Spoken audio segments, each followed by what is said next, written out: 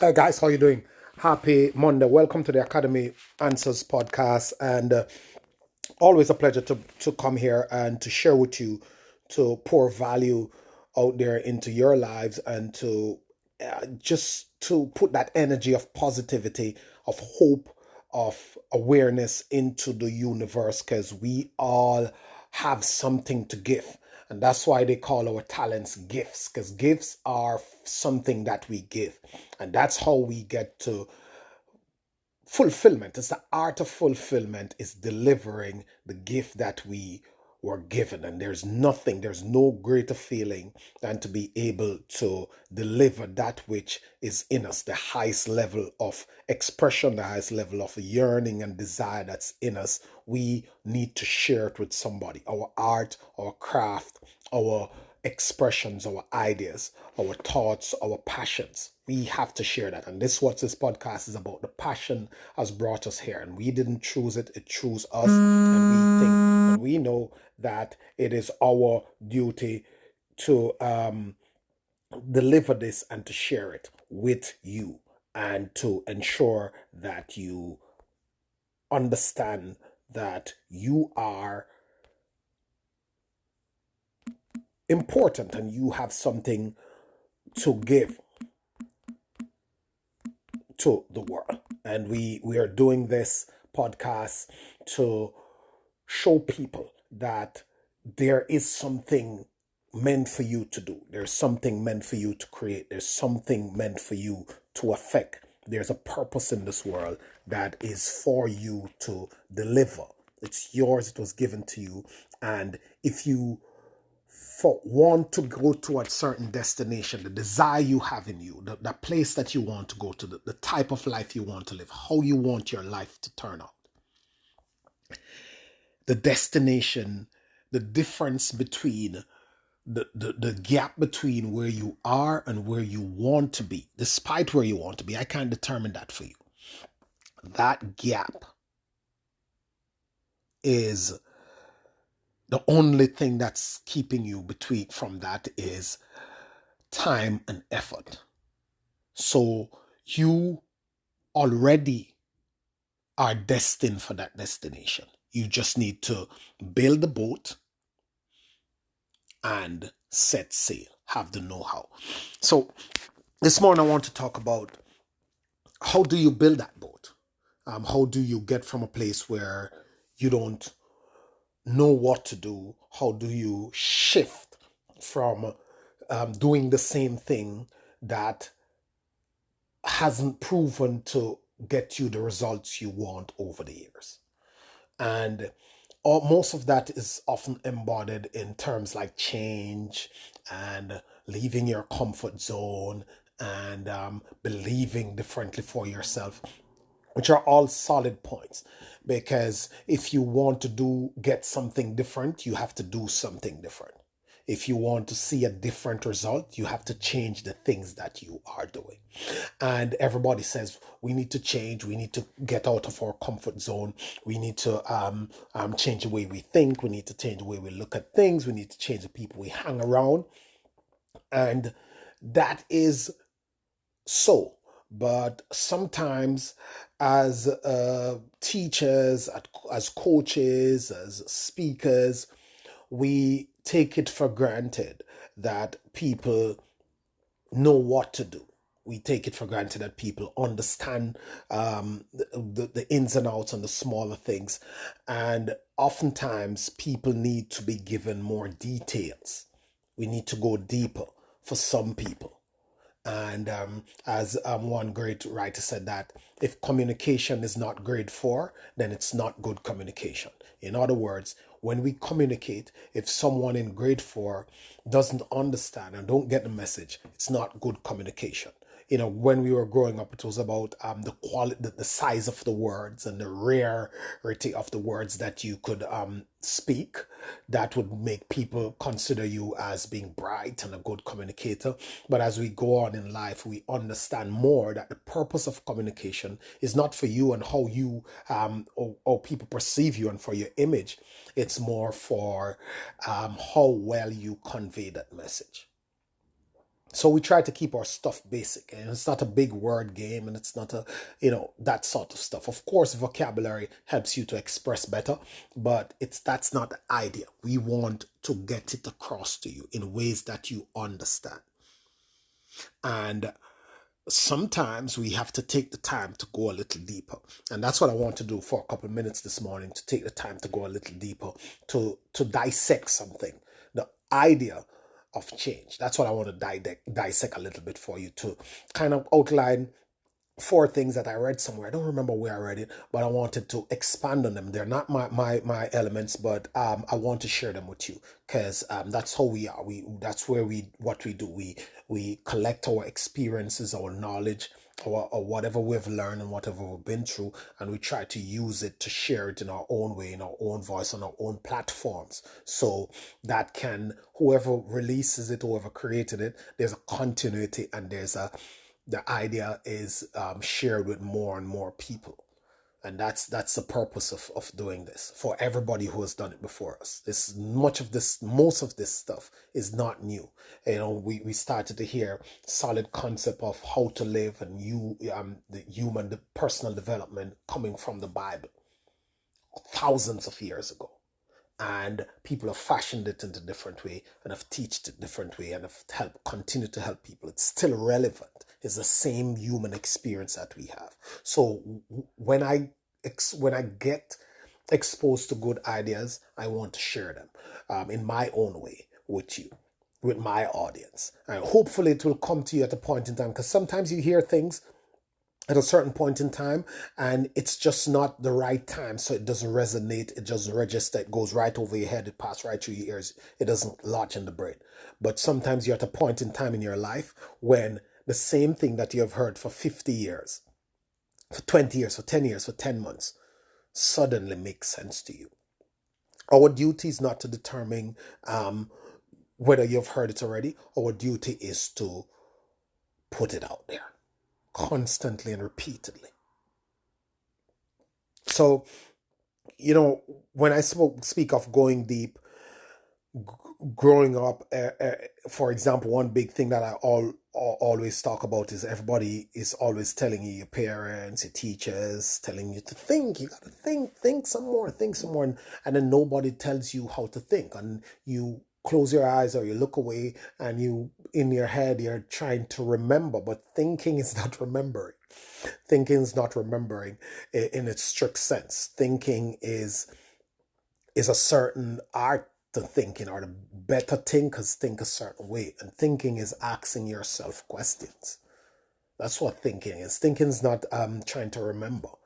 Think is not, no, that's not trying to remember. Thinking is asking questions and analyzing the questions that you've asked yourself.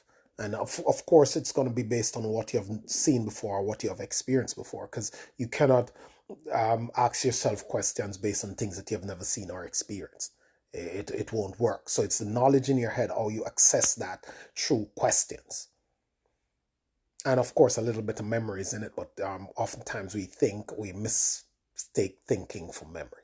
But that's not what it is. So why I want to dissect change is that everybody's always talking about change. You must change. We need to change. You have to change something about you. But if you don't know the way to do it, you will either dwarf your growth or your process of change, or you'll take a very long time, or you'll just totally mess it up. You'll never get it. So if we're teaching someone to drive, for example, and you go into the car and you are allowing them to figure out the accelerator pedal different from the brake pedal, they will get it. But at what cost are they going to get it? What cost are they going to get it at? Because you might hit someone first, you might hurt themselves, the car might be damaged, all sorts of stuff before they figure out this is a brake and this is our accelerator. So, but if we stop at first at the initial stage, show them, okay, this is accelerator, this is a brake, these are the indicators. When you move the steering wheel this way, the car will go this way. When you go this way, we have to establish these basics. So I want to establish the basics of change before, for you, just in case you have decided that you're going to make some changes, or you're going to take on change at some point in time in your life, so you can grasp it from the get-go, so you know what to do, how to move forward, and you don't get frustrated, and you don't do off your process, and you don't do a lot of back and forth, and a lot of correction, and a lot of damage before you actually get into it. So there are 4 elements of change, and I want to just hit them quickly, so you, whenever you are thinking to change, you start to apply these things, so you can know how to get those changes the fastest, the quickest, and the best way, less frustrating way, with less headaches and pains. The first stage is awareness. You have to be aware of the change you want, or what is it that you seek. You have to be aware of what is available for you to change, how that is going to work for you. You must be aware of what change is needed in your life. So, for example, if you want to lose weight, you have to be aware of what is affecting you, what is keeping you at this weight, and what you need to do. What are the things that you're doing now? What are the things you need to do to not keep putting on weight and start to take your weight in the opposite direction? If you want to leave your 9-to-5 job, you want to get a new job, you want to improve your skill sets, whatever you want to do, you have to first be aware of what are the moves and opportunities or elements or stuff that you need to do. You have to know what you're going to do, what is going to be involved in that change that you want. Second element is that you have to understand it. You must understand what is going on. A lot of people jump up, for example, and we like to use physical example, because many people struggle with their weight and their health and stuff like that. So, for example, a lot of people want to be fit, and they go into the gym and they say, okay, we're going to start to work out, but they don't understand what they're doing, and they get injured in 1 week, and or they're suffering from a lot of pain, and they don't understand that, okay, if I exercise for 15-20 minutes, first I can't go on the treadmill and start to run away. I have to start to walk first. I have to condition my body. I have to move my body, because muscles work like this, and if I don't stretch them, they become shorter. If I stretch them, become longer, and you release the tension from them, it's less pain after that. You must understand these things that you're doing. If you are going to put some ads on social media and you're running ads for your business, you don't go on somebody say, okay, let me just set up the ad. This is the way you set up the ad. You put it on Facebook and you spend $50 on it. You're going to lose all your money. You're going to understand. You got to stop to understand what you are doing. So once you've gotten the awareness of what it is that you want and how this thing works and what are the opportunities available to you, you have to now understand these opportunities. Great. Once there's awareness and understanding, now you're starting to disassociate yourself and your habits and your days from the things that you were doing before. In other words, so we're not going to buy certain types of foods. We're not going to read certain type of stuff. We're not going to use our time to do X, Y, Z. We're not going to associate our things with ourselves, with the things that keep us where we are. If you want to stop smoking, you cannot sit with the people who you smoke every day and try to resist the need or the urge to smoke. That doesn't make sense, because willpower is very unreliable. A lot of times we rely too much on willpower, and we don't realize that there's a mechanism that's keeping us there as human beings. So we're thinking that, oh, this even when I go home, I'm going to exercise. Not realizing that the way you feel when you say you're going to do it, you're going to feel a totally different way tomorrow or the evening when you say you're going to do it. You have to disassociate yourself with the stuff that make you do what you do. The thing is that if you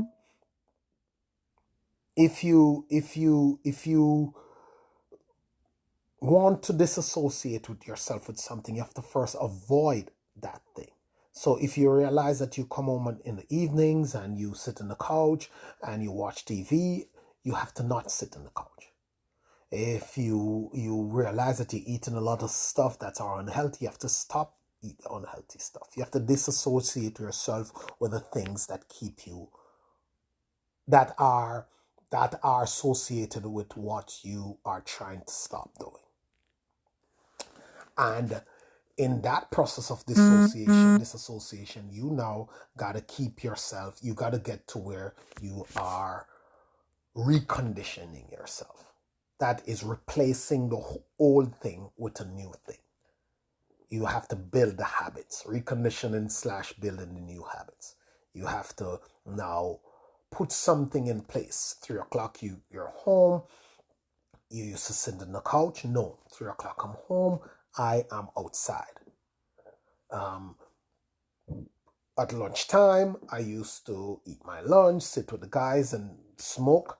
No, eat my lunch. I am reading something. I am taking a walk in the park or around the block. You have to recondition yourself, because habits, 3 out of every 5 things we do are as a result of habits. You got to break the whole habits. Habits are not easy to break. Bad habits are easy to form, hard to break. Easy to form, hard to break. You have got to cultivate habits. Habits will drive you.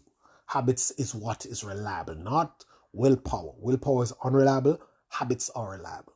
So you first got to know, when you're taking on your change, you got to be aware, you got to understand, you got to disassociate, and you have to recondition. Form new habits. That's what I want to share with you on change today. I hope if you're making a change in any area of your life, with anything, you can take these elements into consideration and implement it so that you can get the best results, the fastest change, and you can actually get on route to doing what you want to do, and you won't start and stop, which is the evil of most circumstances of change that people ever embark on. You know, the idea that they don't have a way to continue, to be consistent, to follow through, to do what they say they're going to do.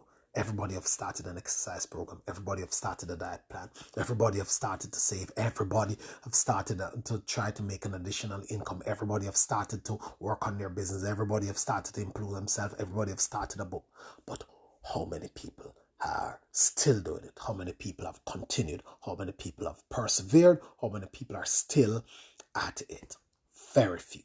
So I'm hoping this idea, these elements of change, will do some good for you, will provide some guidance and some help in helping you to stick to it, to that change that you want. Have a good day, guys. Always a pleasure.